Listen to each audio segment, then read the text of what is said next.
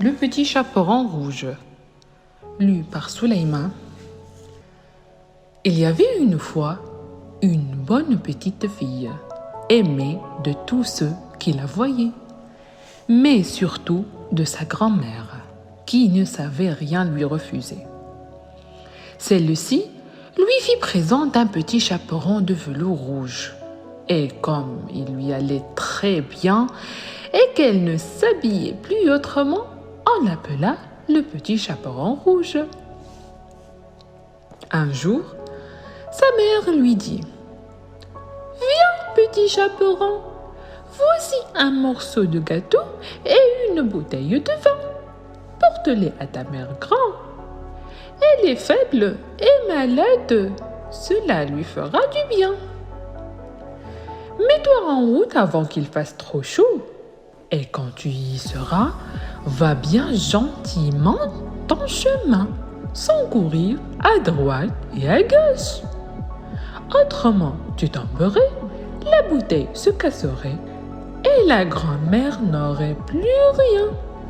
Quand tu entreras dans sa chambre, n'oublie point de dire bonjour et ne commence pas par aller fureter dans tous les coins. Je suivrai bien vos recommandations, le petit chaperon à sa mère, et elle lui donna sa main. Mais la grand-mère demeurait là-bas dans le bois, à une demi-heure du village. Quand le petit chaperon entra dans le bois, le loup vint à sa rencontre. Comme elle ne savait pas quelle méchante bête c'était, elle n'en eut pas peur.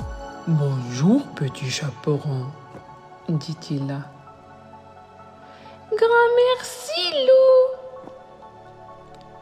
Et où vas-tu si matin, petit chaperon ?»« Chez Mère Grand. Je prends un gâteau et du vin. Hier, nous avons cuit et je porte à la pauvre vieille Mère Grand de quoi lui faire du bien et la fortifier un peu. » « Petit chaperon, où demeure ta grand-mère ?»« À un bon quart de lieue d'ici. »« Dans le bois. Sa maison est sous les 3 grands chênes. Au bas sont les haies de coudre. Tu verras bien, » dit le petit chaperon.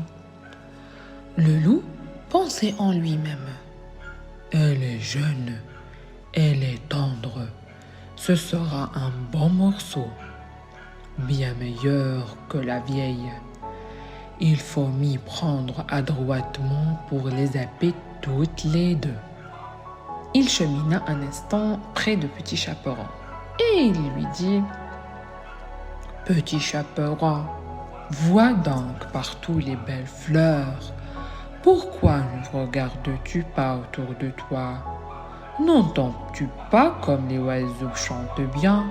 Tu vas droit devant toi comme si tu allais à l'école, tandis que c'est si amusant de jouer dans le bois. » Le petit chaperon leva les yeux et quand elle vit que tout était plein de si belles fleurs et que le rayon du soleil dansait çà et là à travers les branches, elle se dit: « Si j'apportais à Mère Grand un bouquet frais cueilli, cela lui ferait plaisir aussi.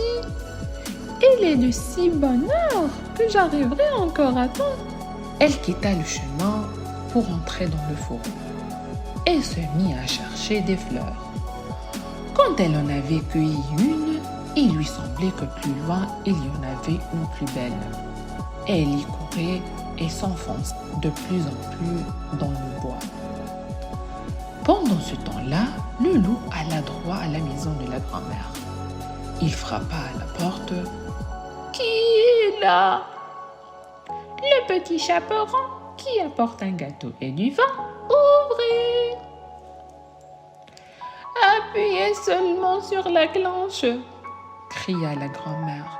« Je suis si faible que je ne peux pas me lever. » Le loup pressa la cloche, la porte s'ouvrit et le rusé, sans dire un mot, alla droit au lit de la grand-mère et l'avala. Puis, il passa ses vêtements, mit ses coiffes, se coucha dans le lit et ferma les rideaux. Le petit chaperon avait continué de chercher des fleurs. Quand elle en eut tant cueilli qu'elle n'en pouvait porter davantage, elle repensa à la mère grand et se remit en route. Elle s'étonna de trouver la porte ouverte. À son entrée dans la chambre, tout lui sembla si singulier qu'elle se dit « Ah, mon Dieu, comme j'ai le cœur serré aujourd'hui, moi qui suis si heureuse ordinairement chez la mère grand. » Elle dit bonjour, mais ne reçut pas de réponse. Elle alla vers le lit et ouvrit les rideaux. La grand-mère était couchée, ses coiffes rabattues sur sa figure et elle avait l'air tout drôle. « Hé, grand-mère, que vous avez de grandes oreilles !»« C'est pour mieux t'entendre. »« Hé, grand-mère, que vous avez de grands yeux !»« C'est pour mieux te voir. »« Hé, grand-mère, que vous avez de grandes mains !»« C'est pour mieux te saisir. »« Hé, grand-mère, que vous avez une horrible bouche. »« C'est pour mieux te manger. » En disant ces mots, le loup sauta du lit et goba le pauvre petit chaperon rouge. Lorsque le loup eut apaisé son vorace appétit, il se recoucha, s'endormit et se mit à ronfler tout haut. Le chasseur, passé par là, il pensa « Comme la vieille ronfle, voyons si elle n'a besoin de rien. » Il entra dans la chambre et, s'approchant du lit, il vit que le loup y était couché. « Te voilà enfin, dit-il. Vieux pêcheur, il y a longtemps que je te cherche. » Il allait mettre en joue sa carabine quand il songea que le loup pourrait bien avoir mangé la mère grand et qu'il serait encore temps de la sauver. Au lieu de faire feu, il prit ses ciseaux et commença de découdre le ventre au loup endormi. Après qu'il eut donné 2 coups de ciseaux, il vit briller le petit chaperon rouge. 2 nouveaux coups et la fillette sauta dehors en s'écriant « Ah, quelle peur j'ai eue, comme il faisait noir dans le corps du loup !» Puis vint la vieille grand-mère encore vivante, mais à peine pouvait-elle respirer. Le petit chaperon rouge ramassa vite de grosses pierres et ils en remplirent le ventre du loup. Quand le grand-père s'éveilla, il voulut sauter à bas du lit, mais les pierres étaient si lourdes qu'aussitôt il retomba. Il était mort. Tous 3 furent bien contents. Le chasseur prit la peau du loup et l'emporta. La mère grand mangea le gâteau et but le vin que le petit chaperon avait apporté, et elle retrouva ses forces. Mais le petit chaperon rouge se dit « De ta vie, tu ne t'écarteras plus de ta route pour courir dans le bois quand ta mère te l'aura défendu. » On raconte aussi qu'une fois que le petit chaperon portait à sa mère grand une autre galette, un autre loup lui parla et chercha à la détourner de son chemin. Le petit chaperon se garda bien de l'écouter. Elle survit sa route tout droit et dit à sa mère grand qu'elle avait rencontré le loup, qui lui avait souhaité le bonjour, mais qui l'avait regardé avec des yeux terribles. « Si il avait été sur le grand chemin, il m'aurait mangé. »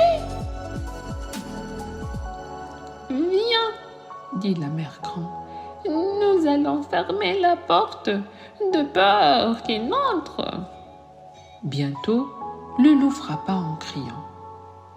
« Ouvrez, grand-mère, je suis le petit chaperon rouge et je vous apporte une galette. » elles se turent et n'ouvrirent pas. La tête grise rôda quelque temps autour de la maison et finit par sauter sur le toit. Il voulait y attendre le départ du petit chaperon. Il l'aurait suivi et mangé dans l'ombre. Mais la grand-mère comprit ce qu'il avait dans la pensée.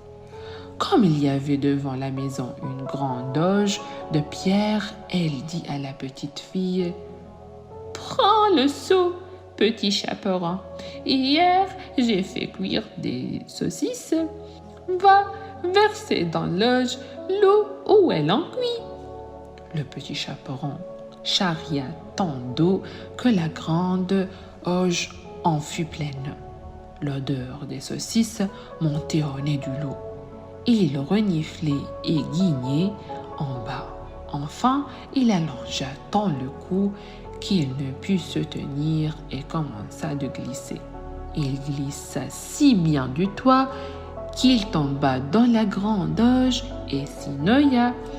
Le petit chaperon retourna joyeuse chez elle et personne ne lui fit de mal.